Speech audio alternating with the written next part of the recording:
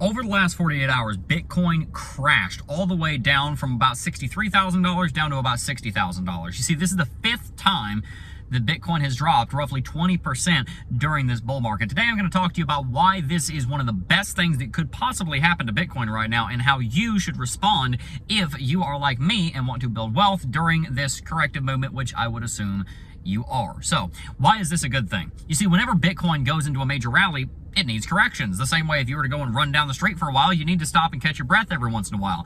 Bitcoin has been rallying for 18 months straight. In fact, earlier on this year, we rallied almost $50,000 from $25,000 to $74,000 through the end of last year, moving on into the beginning of this year. Over the course of about 6 to 7 months, Bitcoin increased in value by 200%, $1 trillion.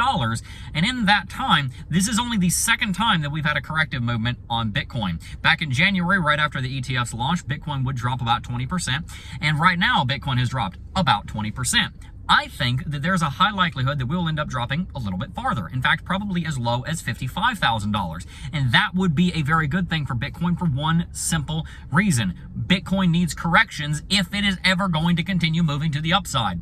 You ever wonder why in 2021 we saw that giant 55% crash where Bitcoin dropped from $65,000 all the way down to about $28,700? The reason that Bitcoin dropped almost 60% was because the rally from $3,900 to $65,000 only had one major correction. It was a 40% correction, but in the span of over a year, Bitcoin corrected one time. We rallied so quickly and so fast because of the stimulus checks that were coming out from all of the inflation, all the quantitative easing that the Federal Reserve was doing. And so Bitcoin absolutely exploded in value, moved to the upside by almost 2,000%.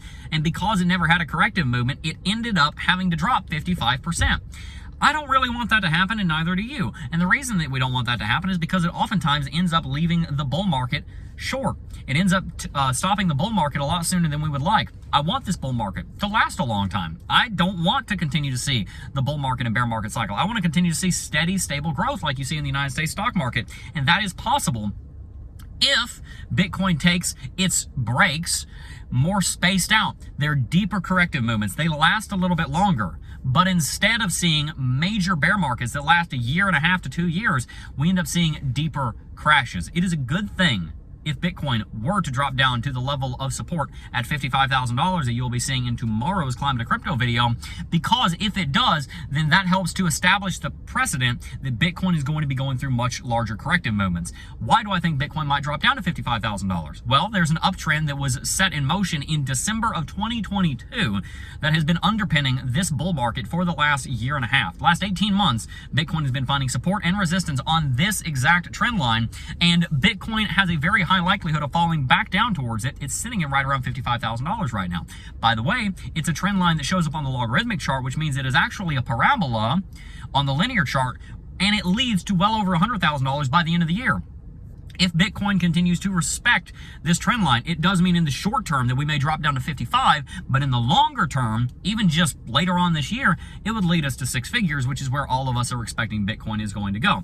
I, for one, am thinking that Bitcoin is likely to drop down to $55,000 at some point in the next week. Even if it doesn't, we've already dropped 20%, as we have done 4 other times over the course of this bull market. And this correction, which we originally called back on March the 13th, 2 days before it began, we called it on a Tuesday, it happened on a Thursday. We have been talking about this correction for a month and a half. If we only end up dropping to $60,000, which is where we more or less are right now, that's fine. That's still a very solid corrective movement. And it is in keeping with what we've been seeing thus far in this bull market and bear market cycle. So what do we do to make the most of this opportunity? You see, it's not enough just to talk about the market and say, market's going to go down. I think it's going to go here. I think it's going to go there. You know, we can sit around and entertain ourselves all day long with, I think the market's going to go here. I think it's going to go there. Let me show off my experience in technical analysis. I've been doing this for 7 years, guys. If I want to, I could make the whole channel about the market's going to go here. Oh, I called it. But that doesn't help you. What helps you and what helps me is having a plan for how to interact with the market so that we are able to actually profit from it. So what should we be doing right now? We should be writing and following an investment plan. I teach this all the time. In fact, I just shot a video on this for the Financial Sovereignty Academy, which is under construction right now. Stay tuned. I'm so excited for you guys to get access to this. But our investment plan looks like this. Every interval, we or I we, because I'm married, I, if I were single, but we, because we're married, will invest a dollar amount into our cryptocurrency portfolio on a certain cryptocurrency exchange. So what does that look like practically? Let's say I wanted to invest $1,000 into Bitcoin and Ethereum. Here's how that would look.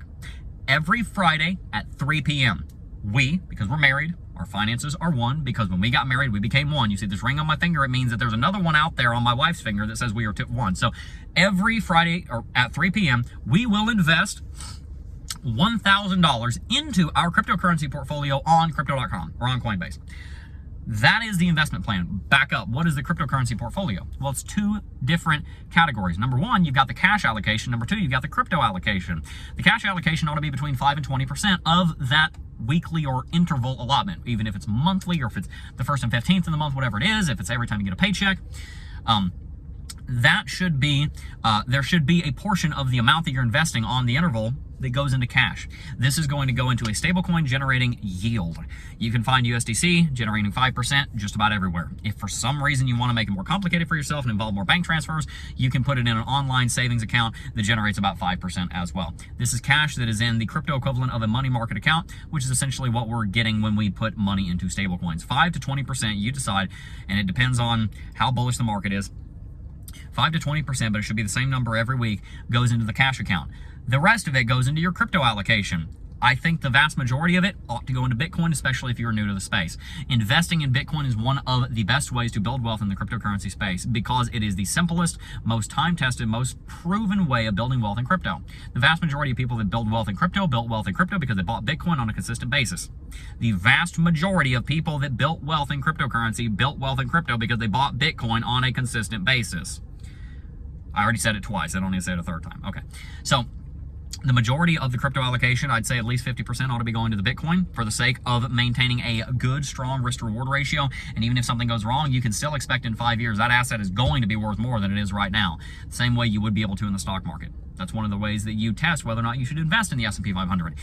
If you look in the past, if you hold the S&P 500 for at least 5 years, you're almost guaranteed to have a profit. Same thing with Bitcoin. If you hold Bitcoin for at least 5 years, you're almost guaranteed to have a profit. So buy and hold it, especially if you're planning on holding it for that long. If you're planning on holding it for the cycle and something goes wrong, then you can hold it for 5 years and probably get your money out of it.